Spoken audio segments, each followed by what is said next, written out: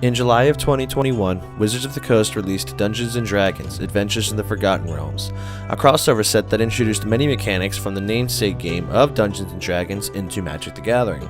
One of my favorite mechanics introduced was the usage of RPG dice, and being a fan of board games and tabletop games, I felt compelled to build a deck using this mechanic. Originally, I was going to build Farida, Devil's Chosen, because I really liked the potential to get card draw on my commander, but then I noticed that I didn't really have a lot of blue cards I enjoyed in the deck other than the blue staples.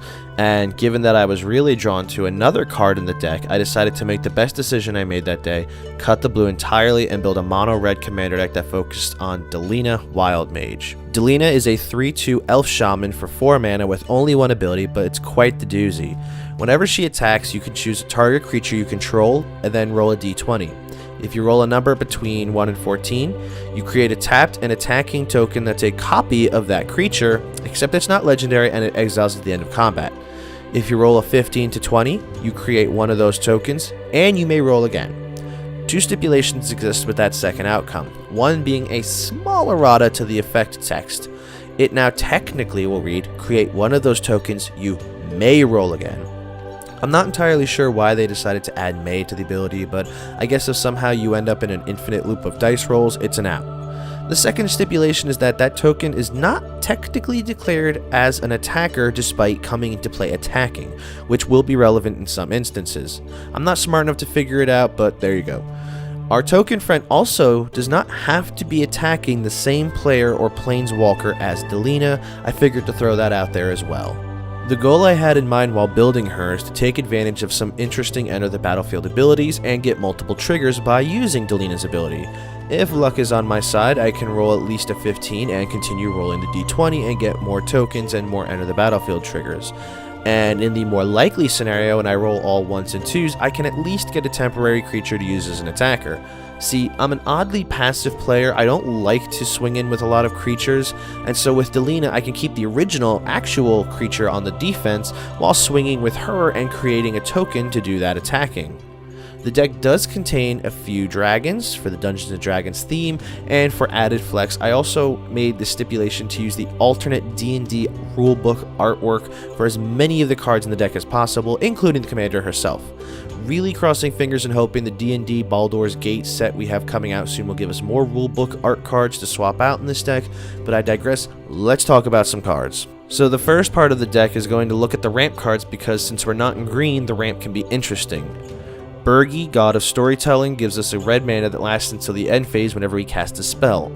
Gadrak, the Crown Scourge, is a cheaply costed 5/4 that gives us treasure tokens when our creatures die, and can only attack if we control at least 4 artifacts. Not really hard to do in this deck, we do have weirdly a lot of artifacts.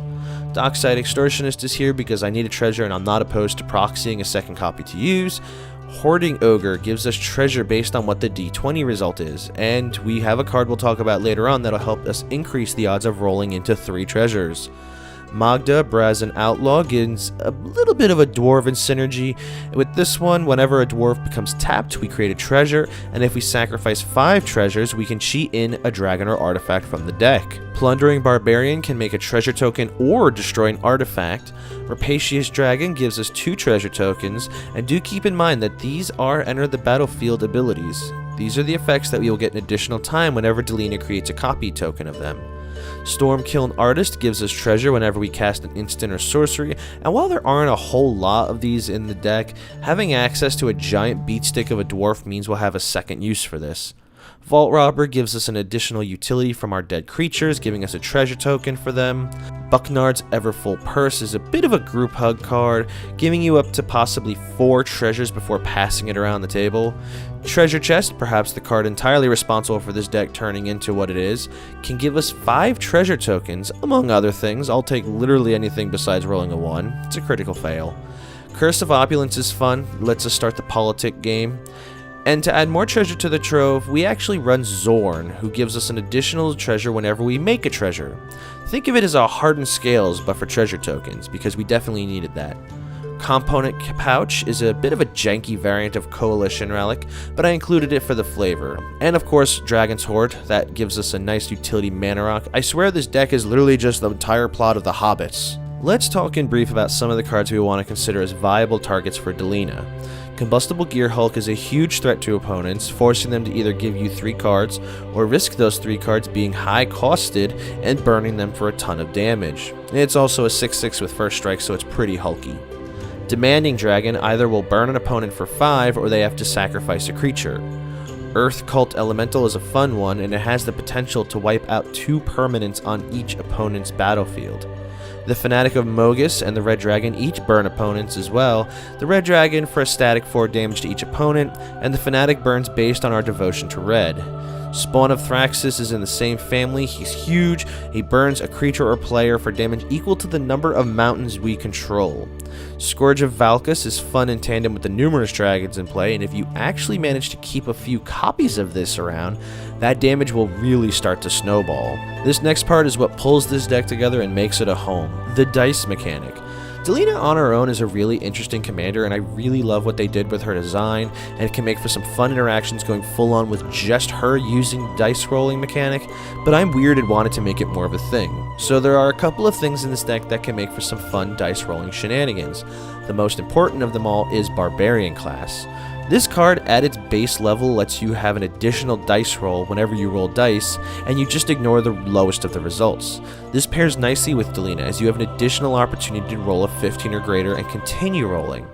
Maddening Hex can punish players for playing non-creature spells, and then bounce around the table to give some other love to other players.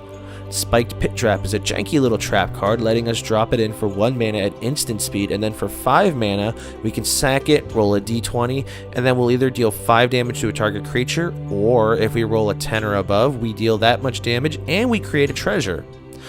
Ebony Fly is a cute little mana rock that also can become a flying mana rock if you're rolling a d6. It also offers a bit of casual evasion in the form of flying, really nice to give to Delina. Clay Golem is removal on a potentially huge creature. Growing Monstrous lets you destroy a target permanent, aka lands. And because this can be done at instant speed, it's a fun little trick that you can keep at the ready. Chaos Dragon lets you get in opponents on the fun, forcing each player to roll a d20, and whoever rolls the highest is immune from Chaos Dragon's attack. Chaos Channeler has a dice roll on attack and gives you some impulsive card draw.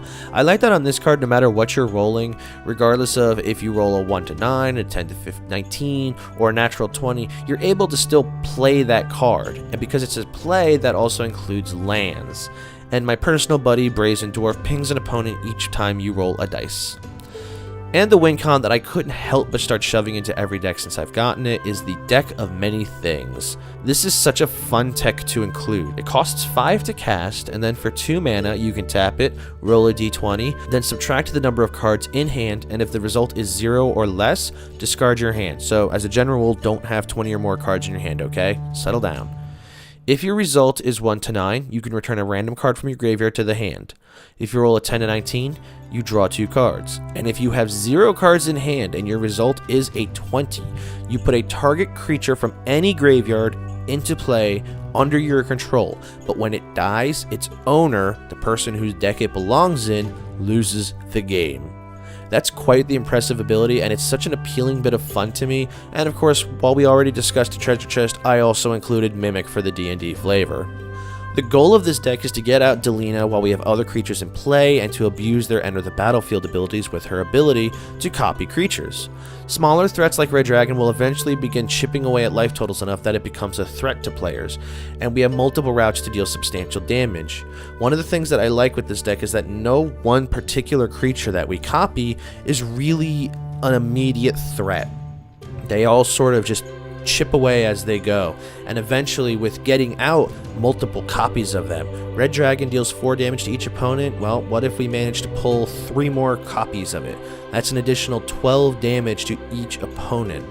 For the full deck list, feel free to check the Moxfield link in the description below. I hope you enjoyed this video, and I'll see you all next time.